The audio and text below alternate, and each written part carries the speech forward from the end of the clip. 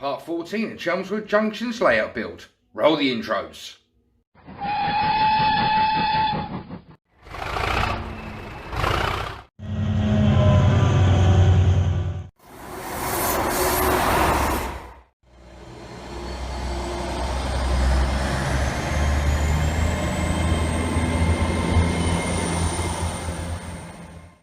Hello YouTubers and welcome back to Chelmswood Junction. I'm Peter.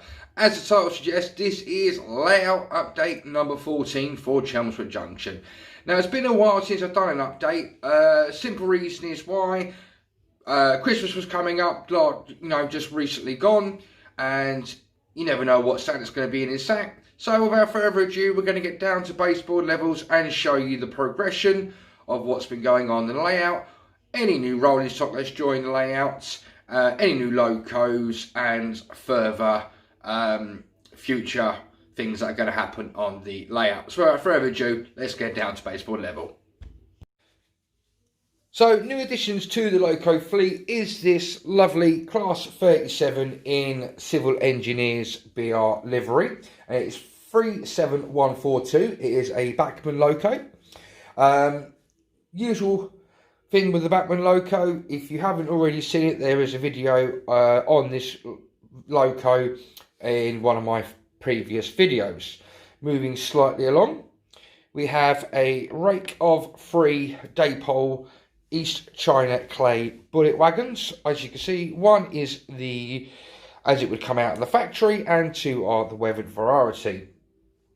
Moving slightly along a bit further, as you can see, I now have another rake of Mark III's joining the fleet. Now this is a Riva cross country set. Now these will be a rake of, I believe, 7. At the moment I've got 3. I've got 4 more left to get for the fleet. Now these are the sliding door variety, whereas my castle set is the old style Mark III slam door. Moving a little bit further along, guys.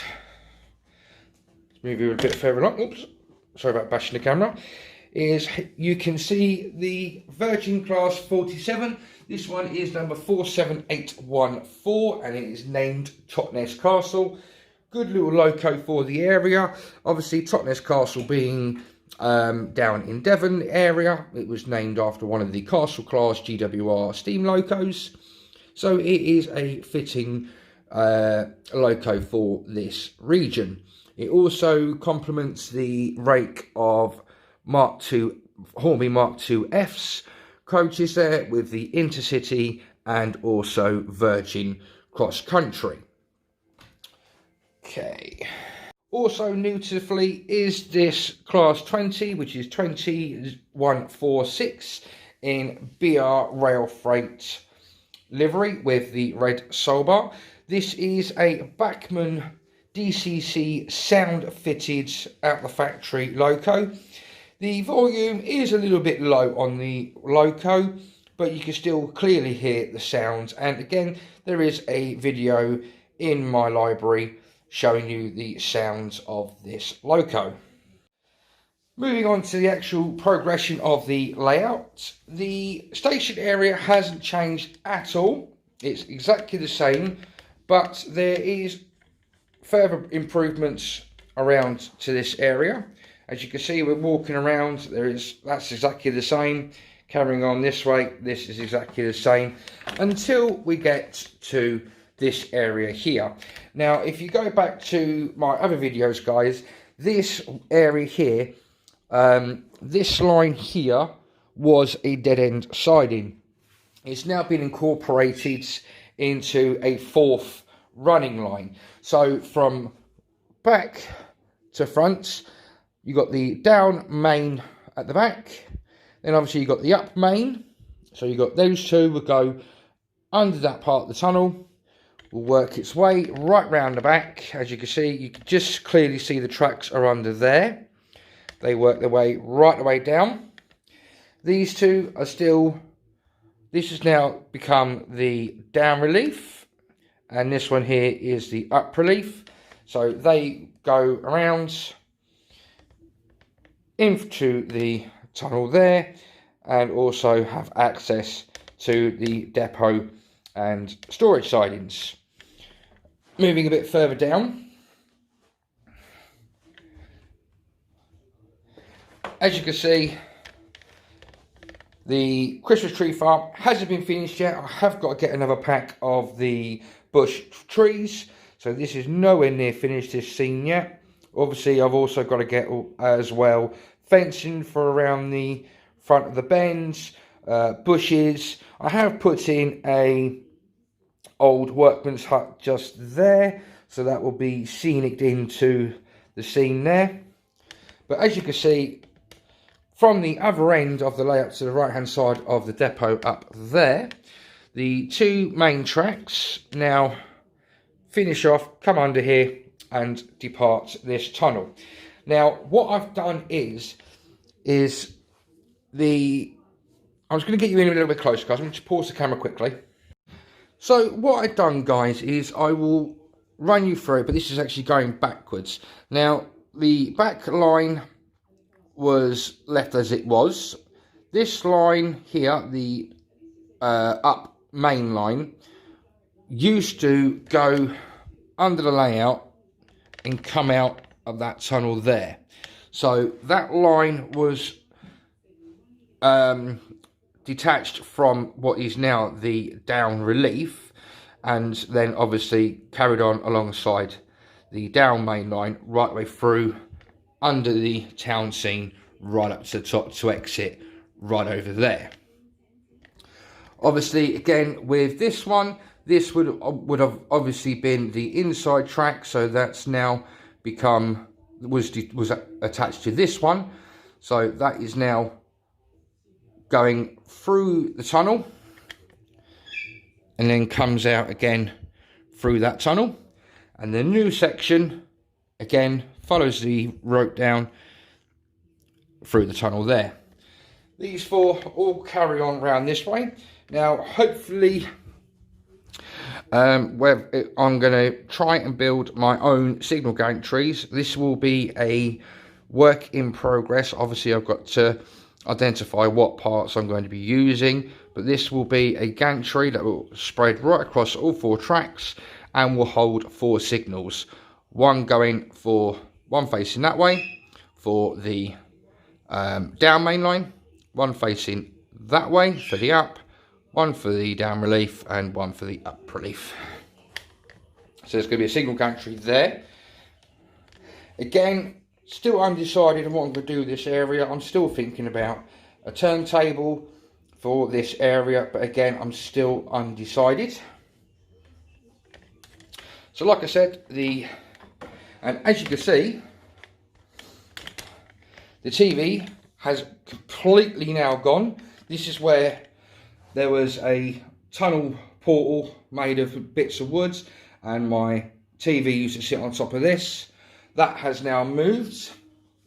So as you can see now, I've got a lot more track work and running line. So again, this line here is the new line, which comes from out of there right the way around, keeps going, keeps going, keeps going. Just bring you in a bit closer. Keeps on going around and goes into the station area. Now, for those of you that do watch my channel and watch my videos quite a lot, you may have realised that this point wasn't here. This line was just a like a freight avoiding line and the station loop, and this just connected to that point there. But I've now put in another long Pico left hand point, and that now carries the up relief line. So I've now got four continuous tracks, main lines on the layout. Again, there will be, obviously I've had to, this is obviously my lift out section. I don't know if you guys have actually ever seen this lift out, but I will do a video on this one day. Obviously the tracks have to be cut, have been cut there. The new one, that That one had to be cut. These two were already cut. These were the two original main lines that I put in. And that one was still connected, so that one has now been cut. The way I get around, obviously, the problem of these joints being on a curve is if I zoom you right in, guys. Don't know if you can clearly see that, but just there, if you can just about see, you can see that I put fish plates. I put one on this bit and one on there. So when this is up, these are obviously physically disconnected, but when the ball comes back down, all I do is get a pair of pliers quickly and attach all 8 of the fish plates, and the trains run absolutely perfectly over it. Over this side, again, obviously, I've had to redesign the lift out section. This hinge was a bit further over this way. It was actually quite close to this line here. So I've obviously had to move the hinge this way. With the hinge coming this way, I needed a bit more support, so I've had to put in another hinge on that side. But what I've done is I've got one of these hinges which had the 6 screws, and I've cut like that section off with the Dremel drill and just fitted a 2 section in there, and it lifts up absolutely perfectly. I wouldn't advise doing lift out sections. It has been hard work getting these tracks laid, cut, aligned, but it does work brilliantly, as you can clearly see. So we'll give you a quick walk round. So obviously you have the new track starting there. It works its way around. You got all 4 lines going to there. Walk you down this way. You have the up and down relief line come out of there and work the way around as they used to do. Come out of this point of the tunnel, and you can see the down and up main lines join them, and then obviously then they work their way through to the station area.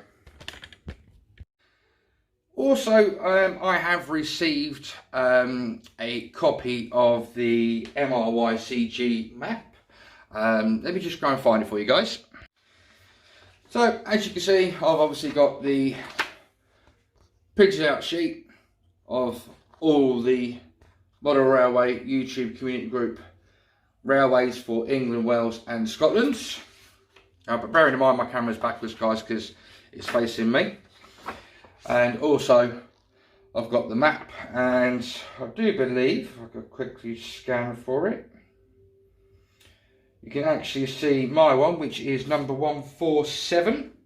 Yep, Chelmswood Junction is number 147 on the map, and it's in the Birmingham area. And you know what, I can't find it, but I can assure you that Chelmswood Junction is actually located on the map. Future for the railway. Now, coming up for the railway is progression of, obviously I've got it with the new point in there. I've now got to digitalise that point, so I'm going to be getting a DCC Cobalt IP point motor for that one, and also carrying on replacing the Pico solenoid point motors. I still have 11 over there to replace, with a massive wiring under there. So using digital DCC Concepts Cobalt point motors helps relieve a lot of the wiring from underneath the baseboards. Also, like, pardon, I forgot to tell you, also whilst adding the 4th track obviously means more dropper wires, more wires to be fed to the block system that I use. I don't know if I've got one handy to show you. Let me just grab one, guys, and I'll show you. So these are the blocks that I use for my DCC bus wires. I used to use the bus wire all along the line, and I used to use the crimp and splice connectors. They were okay, but after a while, with heating going on and off and temperature fluctuations within the room, the wires started to sag, and the weight of the other wires, the dropper wires, they were beginning to sag. So completely replaced them last year and replaced them with all these. I've got about 27, 28 of these dotted all the way around the inside portion of the baseboard. All my dropper wires go into these, and with a rough count, me and my friend had to completely uninstall every single dropper wire from these blocks, add new blocks to certain areas, and we've literally wired up 270 dropper wires into these blocks. So that gives you an idea of how many of these I've got. So 270 wires, needed 27 of these. Now you get these in a pack of 5 for about $9.99, $10.99 from Amazon. If you're an Amazon Prime member, you get it next day delivery. But I would highly recommend these guys. They are absolutely brilliant. Not only do I use it for my bus wires for the main dropper wires for the tracks, I also use these for my lighting as well, for the street lights, platform lights that I get from Kite's Lights. Again, that's the next part of the Chelmswood Junction. I've got to get the platforms finished with double platform lights. I need a pack of 10. I have got one that's already in there that has got a problem, which will be replaced. So got some work to do there. I've obviously got to get some lights for up on the diorama for the pub and church. I'm going to be using the lanterns that I use on my park scene for the beer garden, and obviously the usual street ones that you can get from Kite's Lights for the pavement areas. Again, future plans for the layout. Hopefully I will be getting a new control system for this layout. I will be getting rid of the NCE, hopefully, fingers crossed, at the end of the month, depending if anyone's got a ECOS ESU in stock, because I want an ECOS ESU on the system. Had one before in the past. Absolutely brilliant piece of kit. Yes, they are, you know, £600. It is a lot of money, but what the ECOS ESU can do is absolutely brilliant. So if you don't know what an ECOS ESU command station is, go onto YouTube, just type in ECOS ESU command station, and there are a plethora of videos on there for you to watch. And once I get my ECOS, I will be doing videos on mine as I progress. I will be doing obviously an unboxing, how you start it all up, how you program it all up. Once obviously I've got the ECOS set up and connected, I've also got to put in a programming track on the side down there somewhere. So that way I've got a programming track, because with the NCE you can program on the main, but it's not the best way to do programming. I know you can program on a programming track with the NCE, but because I'm changing systems, I'd rather not faff around with the NCE. So the ECOS is so much simpler. But obviously every loco that I've got at the moment, which is 18 of them, they've got to go onto the programming track. The ECOS command station has got to scan it, and then obviously I've got to input, you know, things like the sound functions, what button does what sound function. So, you know, if function 3 is your horn, I've got to put a horn symbol in. You know, I will do a video on all that, guys, and it will all be self-explanatory. So again, that's future coming up for the layout. Again, future, I've got to finish off the Christmas tree area over there, so I've got to get some more Christmas trees, or pine trees, fir trees, whatever you want to call them, from the maker of Bush, from KJB Models. So yeah, there's a lot of plans going on for this layout.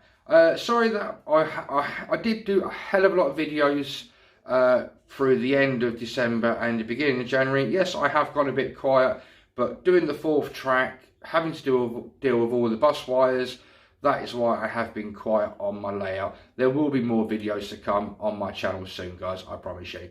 So until the next time, guys, enough rabbiting from me. Hope you've enjoyed the video. If you have, please hit the like button down below. If you've got any questions about what I've done so far, or any of the locos or anything like that, again, you can leave a question down below. Or if you just want to comment on the progression of the layout, again, you can leave a comment down below. If you're a subscriber, great thumbs up. Just want to say a massive, big thank you to all the new subscribers that have come onto my channel recently. Hope you're enjoying the content so far, and I hope you enjoy future content coming up. If you're not a subscriber, it's absolutely free of charge. You can hit that subscribe button and follow me as I take this railway from bare baseboards to a scenic railway, and obviously getting into all the electricals and computer sides of the layout. And also you will find me doing unboxings and reviews on locos, rolling stock, and things like that. So again, hit the subscribe button. If you want to carry on watching videos from my channel, guys, should be a link coming up here and here. Until the next time, guys, stay safe, look after yourselves, protect our NHS, but above all, happy modelling, and bye-bye from me.